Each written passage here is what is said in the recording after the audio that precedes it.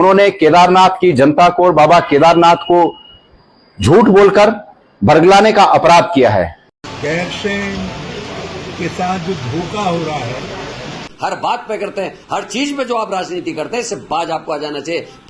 तो क्या केदारनाथ उपचुनाव से पहले उत्तराखंड कांग्रेस की गाड़ी एक बार फिर पटरी से उतर चुकी है? क्या उत्तराखंड कांग्रेस के नेताओं में एक बार फिर तकरार शुरू हो गई है? क्या पार्टी के बड़े नेताओं के बीच एक बार फिर मतभेद और मनभेद वाली स्थिति हो गई है? क्या बड़े नेताओं के बीच सियासी तलवारों से एक बार फिर युद्ध शुरू हो चुका है? यह सवाल इसलिए क्योंकि आलाकमान की नसीहत के बावजूद पार्टी के नेता अलग अलग दिशाओं में चल रहे हैं। हरीश रावत गैरसैंण में ग्रीष्मकालीन राजधानी खोजने निकले।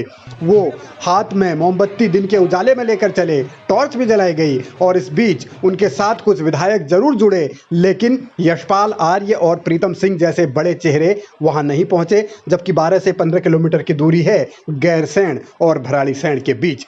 हालांकि हरीश रावत राजधानी पर अपनी राय बेबाकी से रखते नजर आए।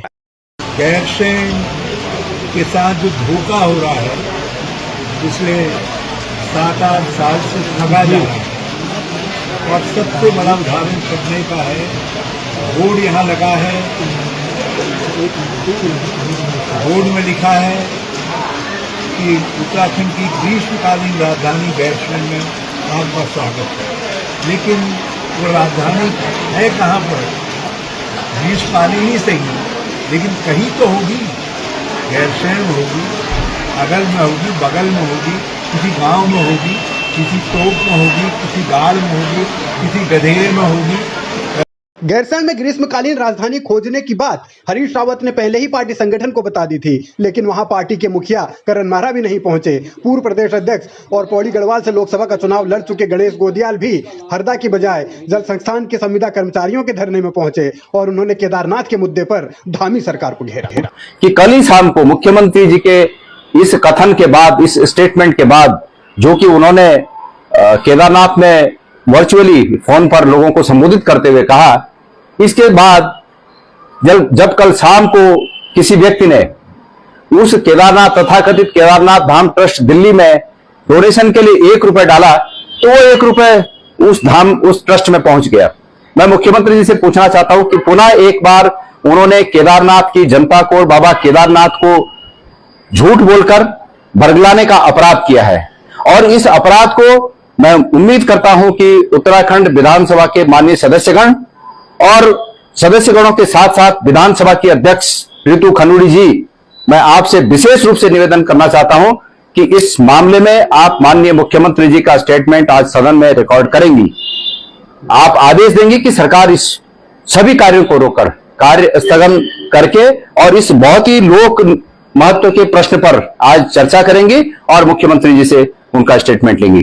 स्थगन प्रस्ताव आज सदन में आना मुमकिन नहीं था क्योंकि दिवंगत विधायकों को और पूर्व विधायकों को श्रद्धांजलि दी गई, लेकिन इन तमाम सवालों के बीच असल में कांग्रेस की अंदरूनी राजनीति का मसला है, क्योंकि पार्टी की लीडरशिप जब कह रही है कि आप एक दिशा में चलिए, एक मुद्दे पर एक साथ बात कीजिए, तब तमाम नेता अलग अलग मुद्दे क्यों उछाल रहे हैं?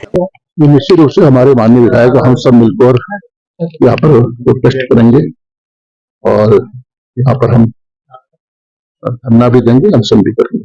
ये बात सही है कि हर नेता हर वक्त एक साथ नहीं हो सकते, लेकिन पहले से तय कार्यक्रम जब हरीश रावत का था, पूर्व मुख्यमंत्री का था, तो फिर बड़े नेता क्यों नहीं पहुंचे? इस पर सवाल उठना लाजमी है। करण महरा कल के प्रदर्शन की तैयारी में जुटे हैं और उनके निशाने पर भारतीय जनता पार्टी का बांग्लादेश के हिंदुओं के समर्थन में ये प्रदर्शन भी है, क्योंकि करण महरा को लगता है कि बीजेपी उत्तराखंड के मुद्दों पर चुप्पी साध लेती है।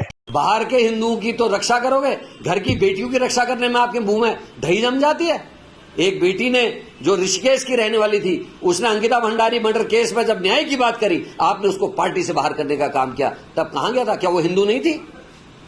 तो ये जो आप लोग जनता के बीच में एक नैरेटिव सेट करने की कोशिश हर बात पे करते हैं, हर चीज पे जो आप राजनीति करते हैं, इससे बाज आपको आ जाना चाहिए। पढ़े लिखे लोग सब समझ रहे हैं। कुछ लोग आज धोखे में चले भी गए, लेकिन वो भी कहीं ना कहीं आत्ममंथन करेंगे कि क्या 13 साल की बेटी के उसमें लोग निकले? क्या 14 साल की बेटी के उसमें ये निकले? क्या अंकिता भंडारी के उसमें ये निकले? किस बेशर्मी से और ऋषिकेश की लड़की को इन्होंने पार्टी से बाहर करने का काम किया? कांग्रेस ने बद्रीनाथ और मंगलौर विधानसभा का उपचुनाव एकजुटता दिखाकर जीता था।